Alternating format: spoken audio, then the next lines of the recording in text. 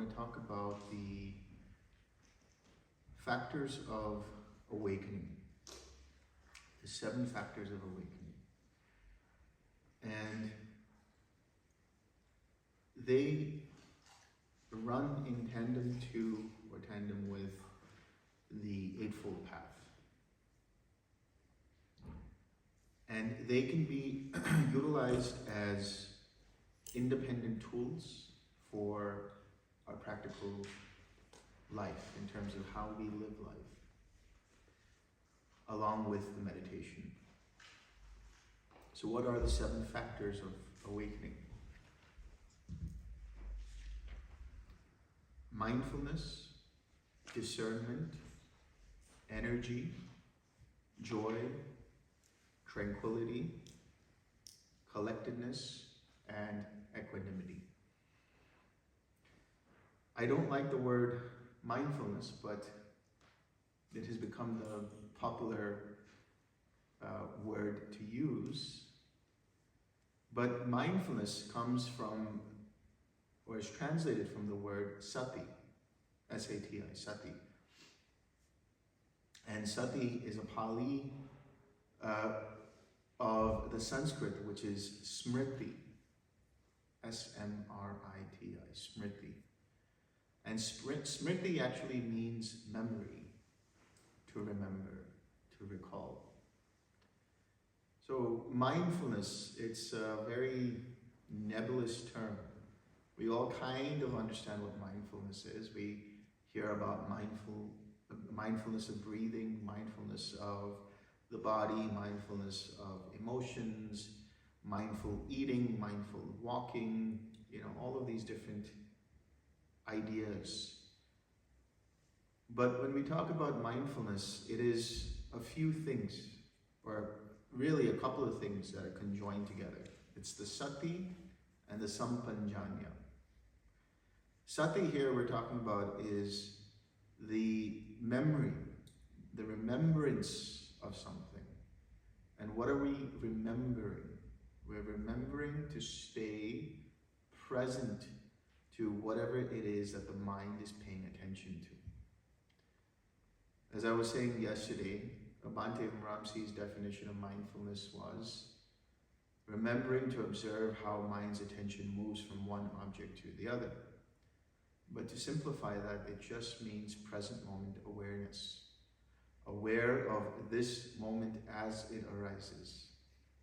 And conjoined to that is something known as sampanjanya, which means comprehension. Comprehending or understanding what is in this particular present moment. When you have these two, then you have what is known as mindfulness. So in the context of meditation, mindfulness is the foundation for meditation. Without mindfulness, there cannot be right collectedness. When we spoke of the Eightfold Path yesterday, we spoke of right view, right intention, right speech, right action, right livelihood, right effort, right mindfulness, and right collectedness. They seep into one another or into each other. Right view leads to right intention. When my perspective is geared towards awakening, then my intention is to let go. My intention is to disengage from that doesn't serve me, that which is harmful towards me and harmful towards others. That right intention leads to right speech and right action. I speak through thinking, the T-H-I-N-K. I make sure that what I'm about to say, is it timely? Is it honest? What is the intention behind it? Is it necessary to say what we have to say? And can I say it with kindness? And keeping the precepts in right action. Conjoined with this is right livelihood. The business, the trade, the work that you do does not cause you yourself or others harm. All of this allows us to actually be able to relax, which is right effort. All of this allows us to engage with our mind in a way that can discern between what is wholesome and unwholesome, and let go or disengage from the unwholesome and bring up the wholesome and stay with that. This is what is mentioned in Majjhima Nikaya 43.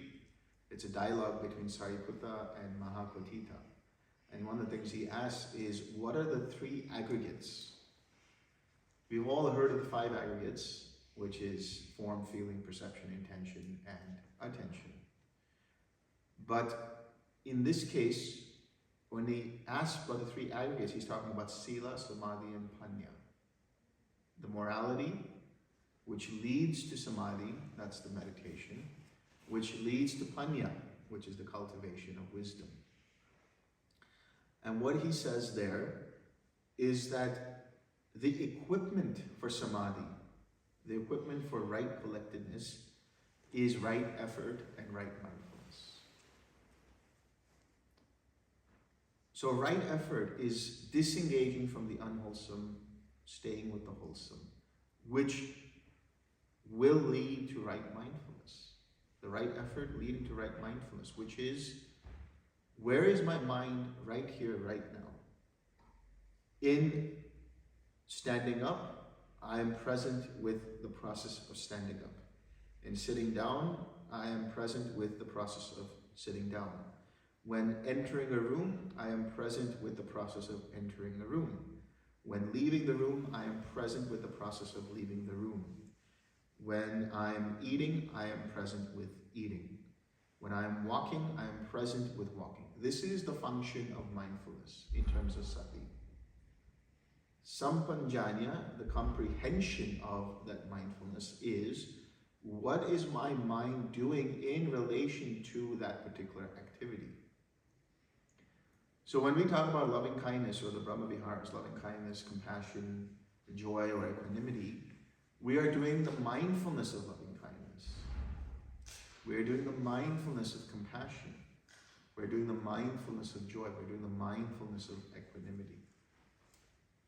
That is the practice. And in other words, what I'm doing is, when I'm walking, I am present with mindfulness. And I'm also present when I'm present with mindfulness of loving kindness. But I'm also present when loving kindness is not there. In other words, I'm aware my mind has shifted from the loving kindness. And so I utilize right effort to disengage and return, to relax and into the object again, thereby bringing my mindfulness back to loving kindness, to the present moment. So you may have heard of something known as the 4 foundations of mindfulness.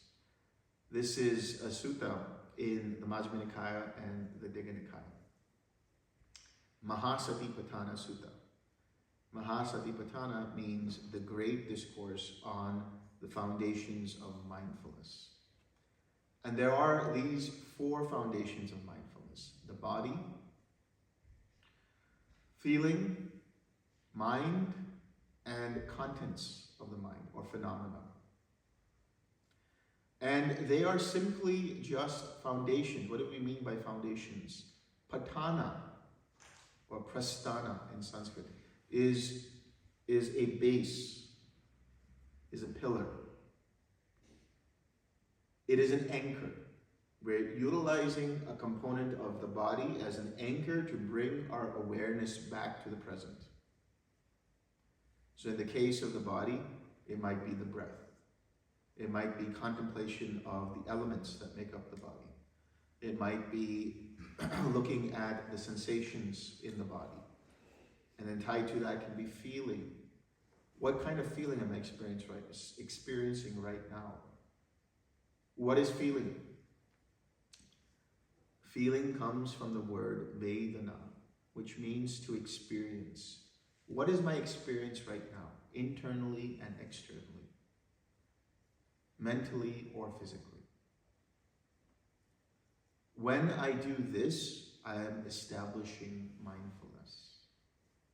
I'm just using that as a anchor to bring my awareness back to the present.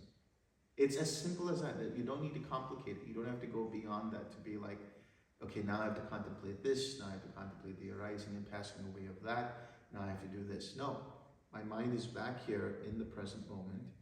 Can I return back to the object? Whether the object is mindfulness of breathing, or mindfulness of loving kindness, or being in the signless, whatever the object is. So this mindfulness, it will be present for most of the time during your meditation practice. Why do I say most of the time? Yes, there will be times where the mind goes into what's known as sloth and torpor, or the mind is restless, or the mind is experiencing anger or irritation or annoyance, or the mind is experiencing anything other than the object of meditation. So what do you do there to establish mindfulness? Take a step back. In your mind, you relax. Go back to that mode of the silent witness, to the observer of the arising and passing away of thoughts and ideas. Now, you're disengaged from being the experiencer of the process of thinking, the process of being distracted. The distractions will be there, just the same. But now your relationship to it changes. Now you're just observing it as an impersonal process. And now you've established mindfulness, an awareness of what is happening in the mind, instead of getting caught up and lost in the weeds of a certain hindrance. And then you bring gently your attention back to your object.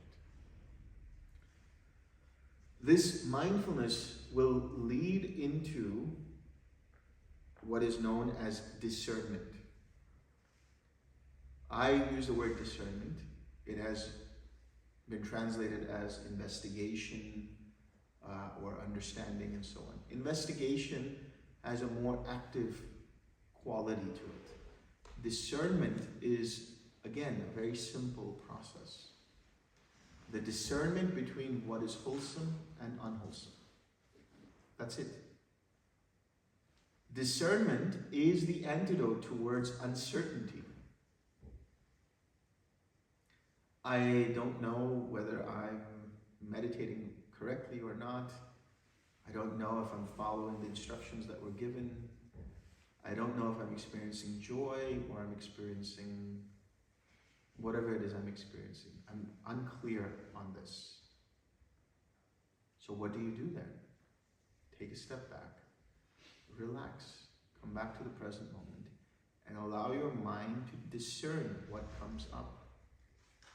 Discernment is the foundation for intuition.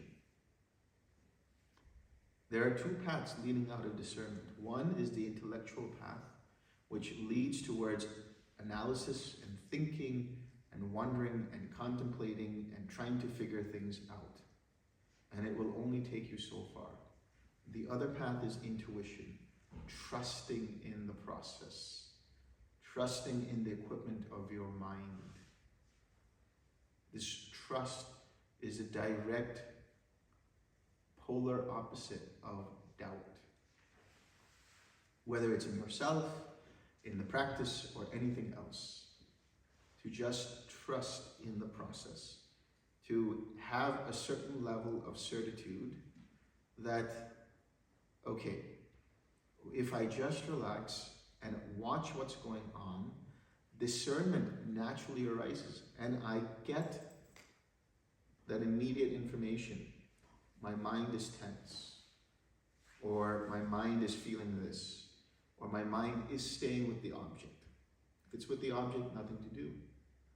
If it's in an unwholesome space, relax and come back. This is discernment. You need mindfulness for you to have discernment. And the beauty of this whole process is it's not just for meditation, it's for life as well.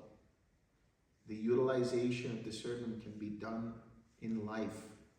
We have supposed huge problems to fix in our lives, or seemingly complex ideas that we need to simplify, or decisions to make that seem to be, if I don't do it this way, it will lead to this. If I do it this way, it will lead to that.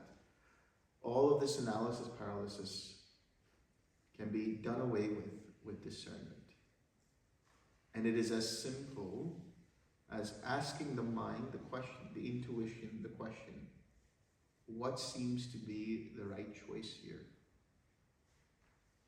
Doesn't matter if it's a binary option or there's multiple choices here. You trust in the process. And this is something that you will not hear commonly in any kind of twin conversation or discussion. And that is the understanding of surrendering and what is sometimes known as grace. When we surrender, we are surrendering what? We are surrendering our idea that we know better. We're surrendering the analysis. We're surrendering all the intellectualization.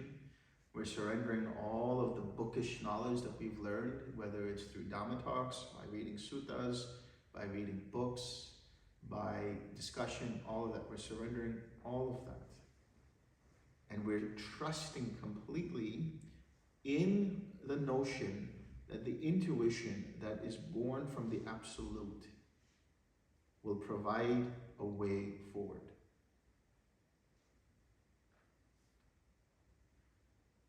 And that we are trusting in is sometimes known as grace, where something comes out of seemingly nowhere and an idea pops up, a eureka moment.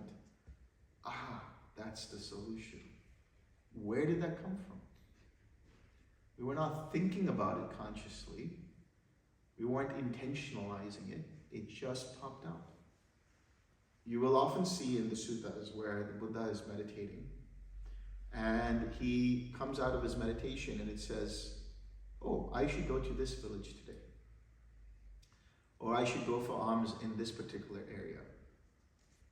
And invariably when he goes there, as per the suttas, he connects with a particular monk, or he connects with a particular ascetic, or he connects with a particular person, who for them, it's perfect because now they have the ability to speak with the Buddha, and the Buddha is there now to serve him through his wisdom. And you will find yourself in these situations, in these synchronicities. And the more you capture these synchronicities, the more they happen. And this is all due to discernment. The simplest approach is, where is my mind right now? And wait for the answer, see what comes up. And then act accordingly. And that action, in accordance with whatever is required, is the utilization of what's known as energy, virya, effort. So it's not just any kind of energy. It's not just any kind of effort. It is an effort that is rooted in discernment, that is conditioned by discernment. Mindfulness leads to discernment. Discernment leads to an action. And that action is an action that has nothing to do with what I think is best, or what I've learned necessarily, or an action where I think that this is where we should go, this is what I should do. It's an action that is rooted in intuition. And so the more you're able to take refuge, in the morning, for example, you do this process of taking refuge in the Buddha, the Dhamma, and the Sangha. Why do we do that? What is the purpose of that? Is it just a ritual? Is it a religious thing? Is it a spiritual thing? What are we doing there? As I understand it, this is what we're doing. When we take refuge in the Buddha, we're taking refuge in the possibility of our own awakening.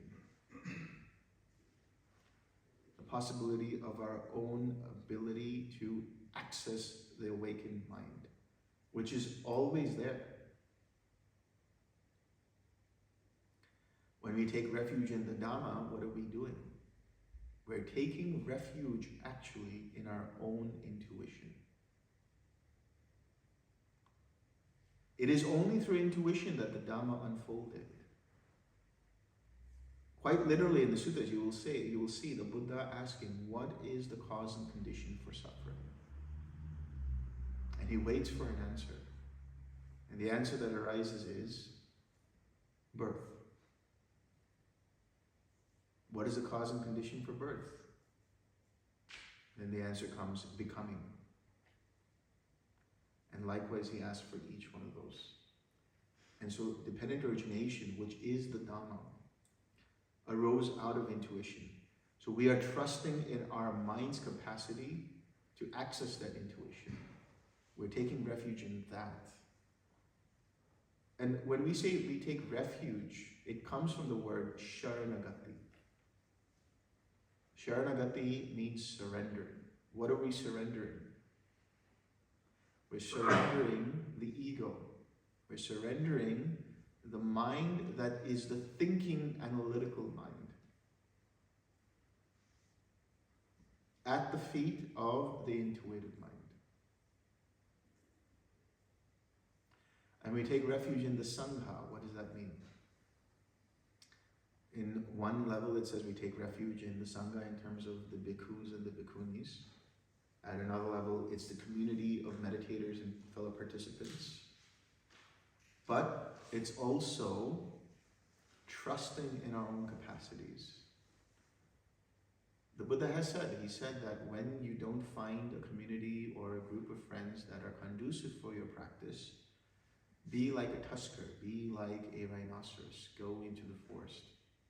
That could be literal or just figuratively, and be with your own company. The ability to enjoy your own company. Take refuge in that.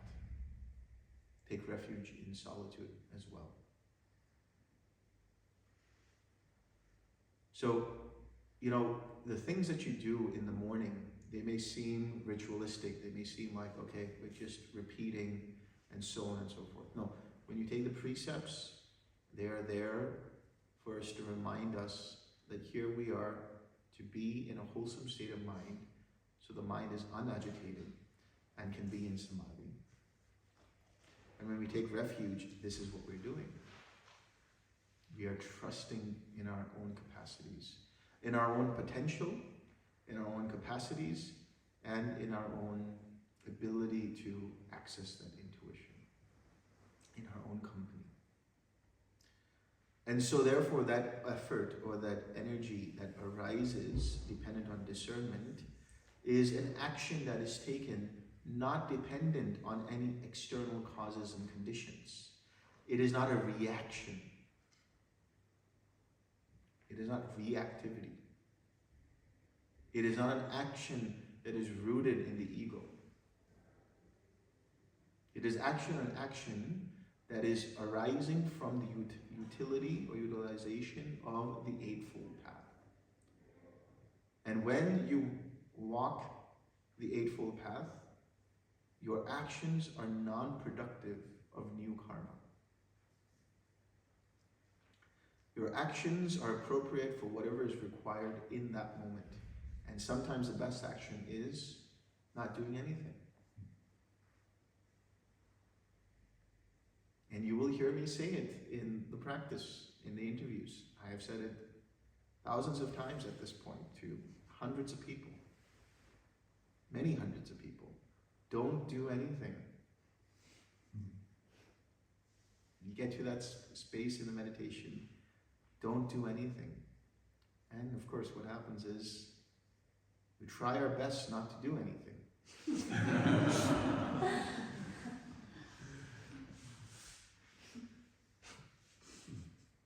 And so it's surrender. Again, it's going back to it. Sometimes the best action, the best effort is to surrender, is to let go. So that mindfulness leading to discernment, that discernment leading to this letting go, this process of relaxing, this process of disengaging,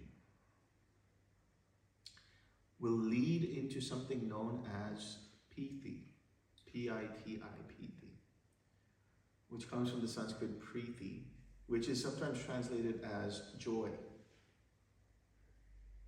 But really what that is relief. The relief of letting go. The relief of disengaging. This whole practice of meditation that we're doing when it comes to the jhanas and so on and so forth, we try so hard to get to these states because we've heard about it so many times.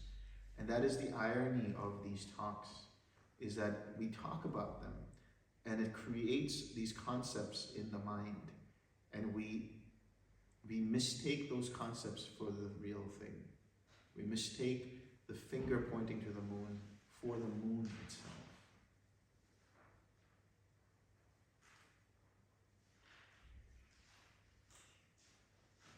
But when we feel relief from having to do anything, from disengaging, then the practice of meditation is seamless, is effortless. The practice of meditation is less about us doing something and more about observing how meditation is happening.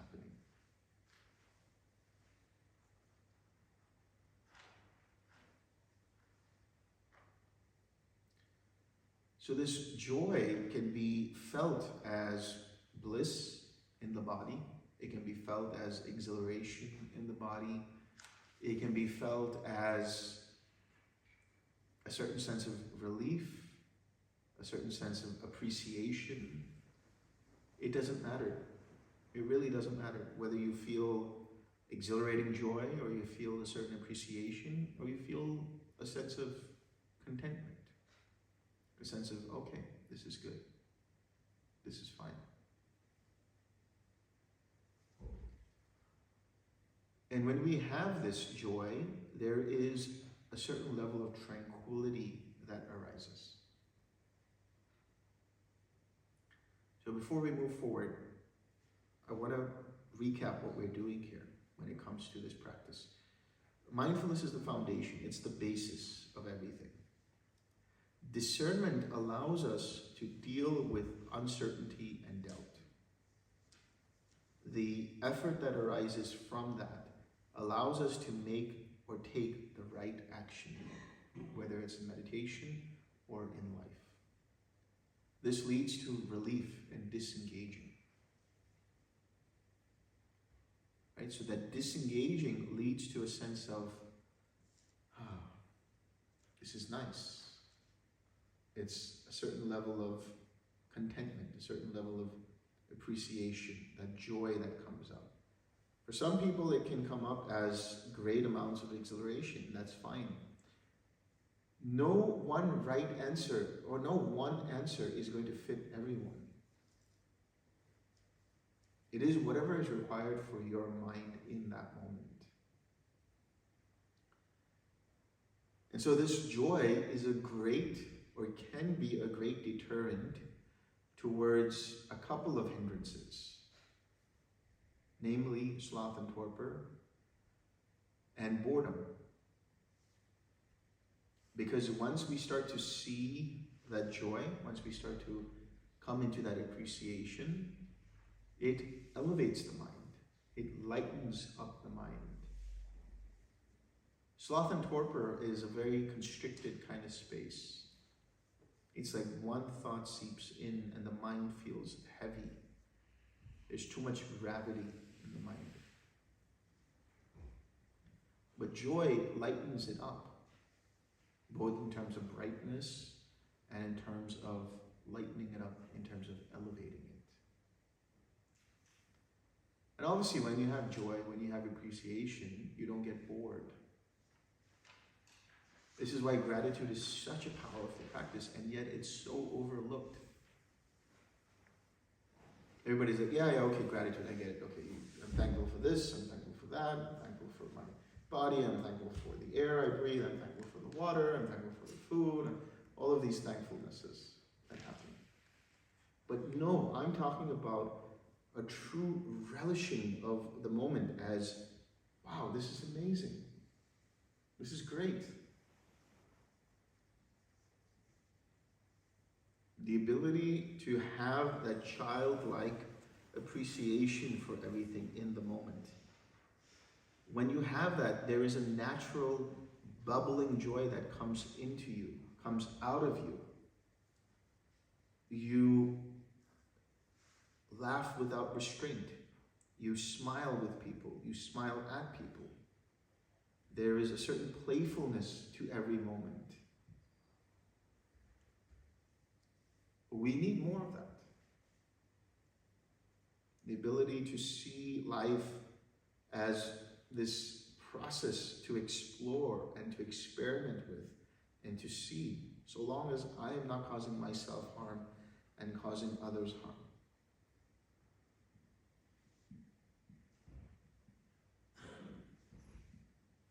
So that joy, that joy can be at so many different levels. And as I say, the gratitude, the ability to really be in this moment, fully experience everything as it actually is, without having to make it into something, without having to reify it, without having to objectify it, without having to make it something that I need to possess. Fully in the experience. That joy is different. That joy is not conditioned by a desire for something.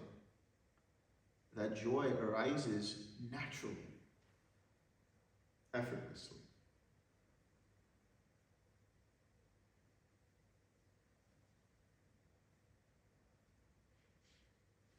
And so this joy leads to what's known as tranquility. Tranquility comes from the word passaddhi.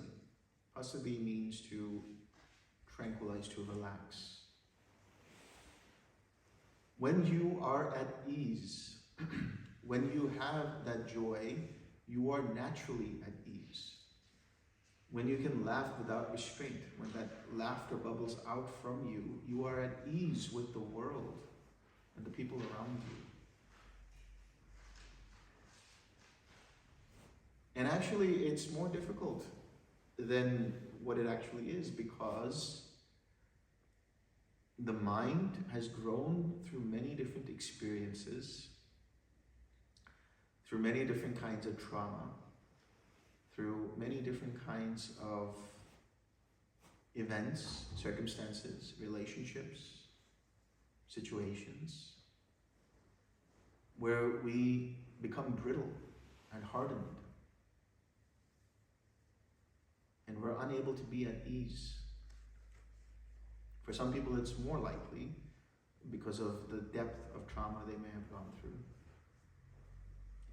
And they're always on edge. They can't really fully be immersed in every moment. They're always on edge. There's no sense of ease.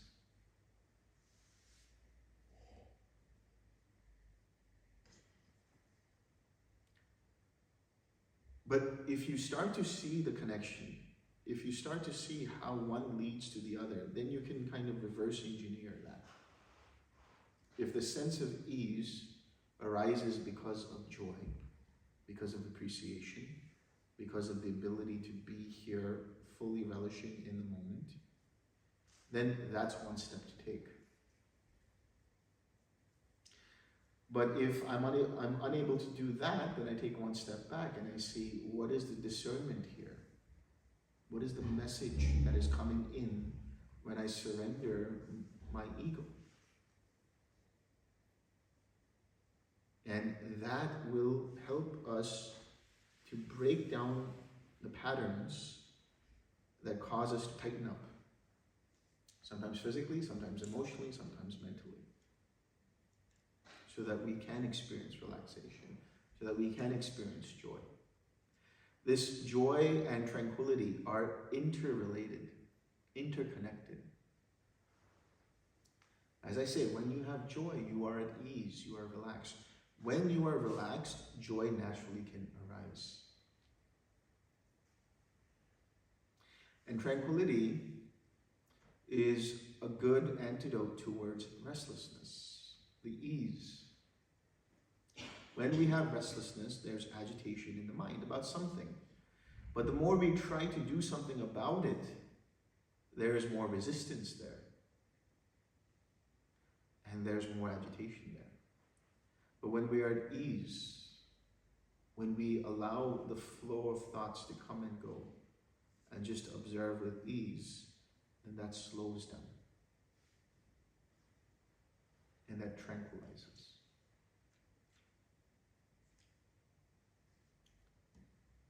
So, mindfulness leads to discernment. Discernment leads to that energy. That energy leads to joy. That joy leads to tranquility. That tranquility leads to something known as collectedness. Samadhi. Even-mindedness. A mind that is collected. Which means what? It just means that our attention is non-dispersed. Our attention is not going in many different directions. Our attention, for the most part, is around a specific object. Or, in the case of an objectless meditation, our attention is generally at rest and ease.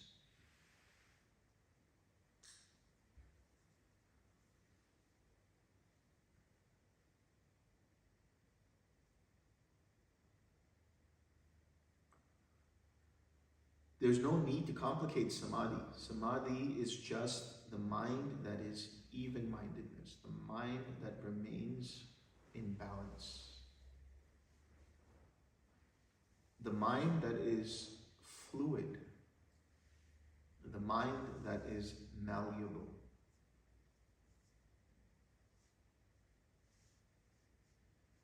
And we come to it when our mind is relaxed. You will see for yourself. When the mind is distracted, there is a certain hardness that's there. There's a certain brittleness that's there. But when we relax back into the object, then there's a certain softness there. There's a certain fluidity, a certain level of flow that's going on. And this flow is what we're referring to as samadhi.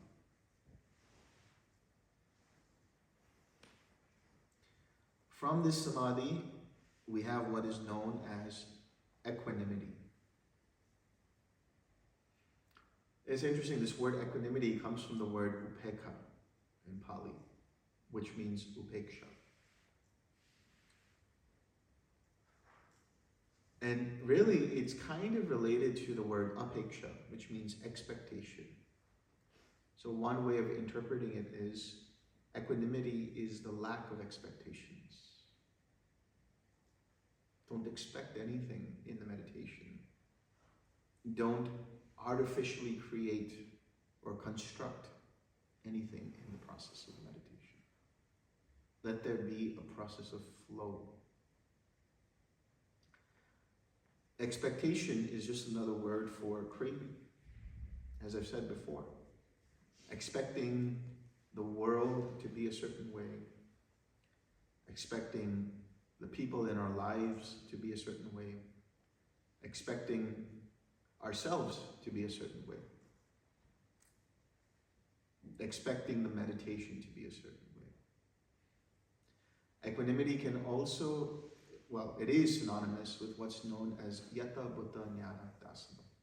Big word, big Pali word. But basically, it just means the knowledge and vision of things as they actually are. letting the mind observe things as they are, without getting caught up one way or the other. And the beautiful thing about this practice is when we have that, it circles back to mindfulness. And that mindfulness becomes even further stabilized. Which means what? Our discernment becomes even more clarified. Which means what? Our actions are better informed. Which means what? The joy and relief that arises becomes more natural. Which means what? The tranquility we have, the ease we have, becomes more natural. Which means what? Our attention remains collected. And therefore, we have greater clarity in seeing things as they are through equanimity. And this is what's happening under the hood of the car of meditation. I'm giving you a certain level of reverse engineering of what is happening in meditation when you go through the jhanas. Because when you go through the jhanas, the enlightenment factors, the awakening factors, these 7 things are present to one degree or the other. And they circle around until you get to the 4th jhana. The main factor of which is he has mindfulness due to equanimity,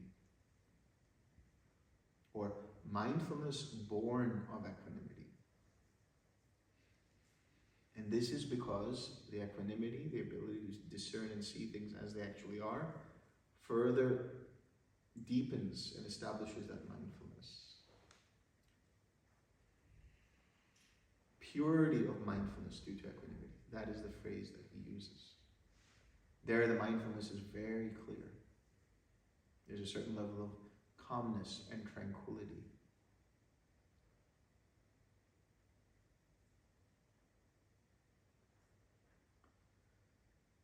So this collectedness that we talked about earlier, it is a great antidote for, again, a restless mind. But if you have too much collectedness, your mind can start to become hard again. And that is because there is an imbalance of effort. Every time there is a sense of, I can do a little bit more, let me just tweak a little bit more, let me do a little bit more, let me push a little bit more, right? What does that mean? Now we're engaging with the intellectual mind, that things that it knows better. We're losing our discernment. And therefore we're losing the wise action. And therefore we're out of balance. And this can cause restlessness, this can cause sloth and torpor, this can cause any kind of hindrance. So the idea of balancing these things, it's not like an intellectual game of, okay, I see there's a little bit of this and there's a little bit of that, now I gotta have a dropper of this and that and that. Yes, to an extent, it is helpful when you have a certain hindrance that's there, and you may use, for example, with sloth and torpor, a little dropper of joy, or with restlessness, a microdose of tranquility, and that might be helpful to a certain extent. But I am telling you, from my experience, if you can just surrender to the practice, let go of the mind that says that I know what is best and I will do it this way. Because what you're going to do is you're going to run in the hamster wheel, and eventually you realize this is getting nowhere and you stop. And at some point you realize, oh, I don't have to do that. I can just be in the flow and surrender to the process.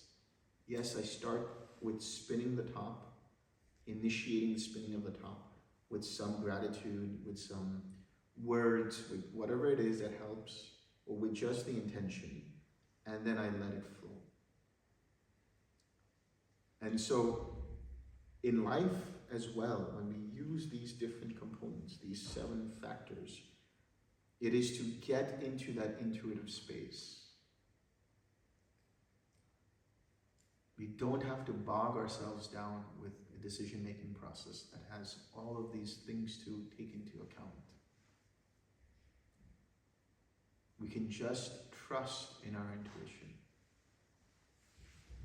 I can tell you from my own experience, every time I have not trusted in my intuition, it has screwed my life up.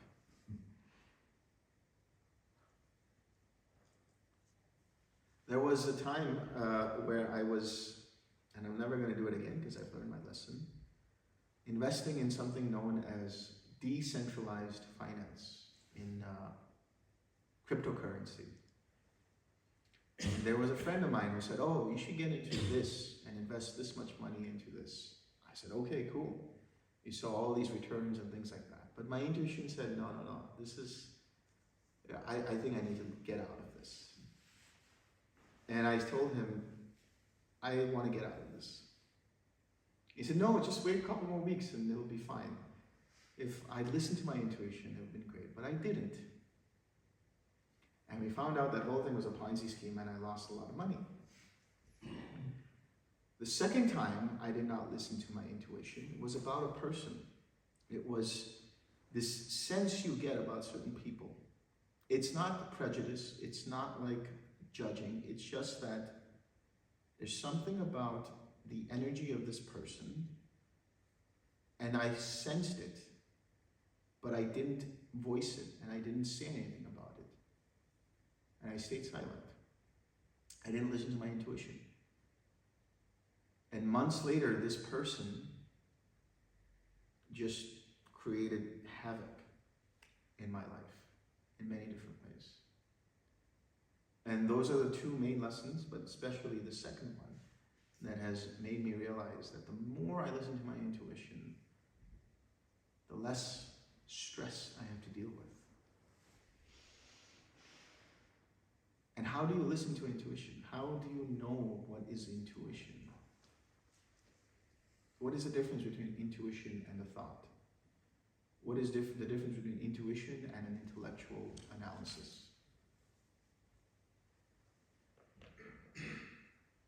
An intuition arises it will arise as a thought. It will arise as maybe I should do this.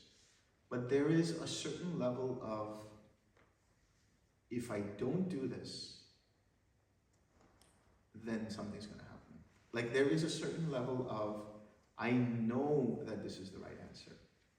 There's a knowing there. Your entire being just knows that that is the answer. It's like when you were in school and the teacher asked you a question, or they asked the class the question, and you had no idea about what the subject was, but there was an answer that came. And you decided not to, because you were shy or you felt embarrassed to raise your hand and give the answer. Maybe it was wrong. And lo and behold, it was the right answer. That's what intuition is like. And the doubt in that is what we have to look at. And we will make mistakes. We will obviously make mistakes. We will have to try and see for ourselves and experiment with this process. But we start to see, the more we start to see the synchronicities, the more we start to engage and actually discern, I was thinking about this a few days ago, and here it is. This is a message. Let me follow through with this. You know, you can brush it off as magical thinking. You can brush it off as delusion. I would rather be delusional than have a very boring life. But for me, in seeing the synchronicities, it has helped in many different ways.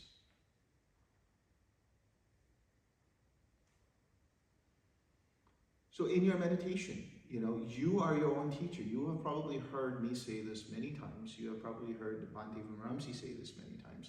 You are your own teacher. This is what it means. Trust in your intuition.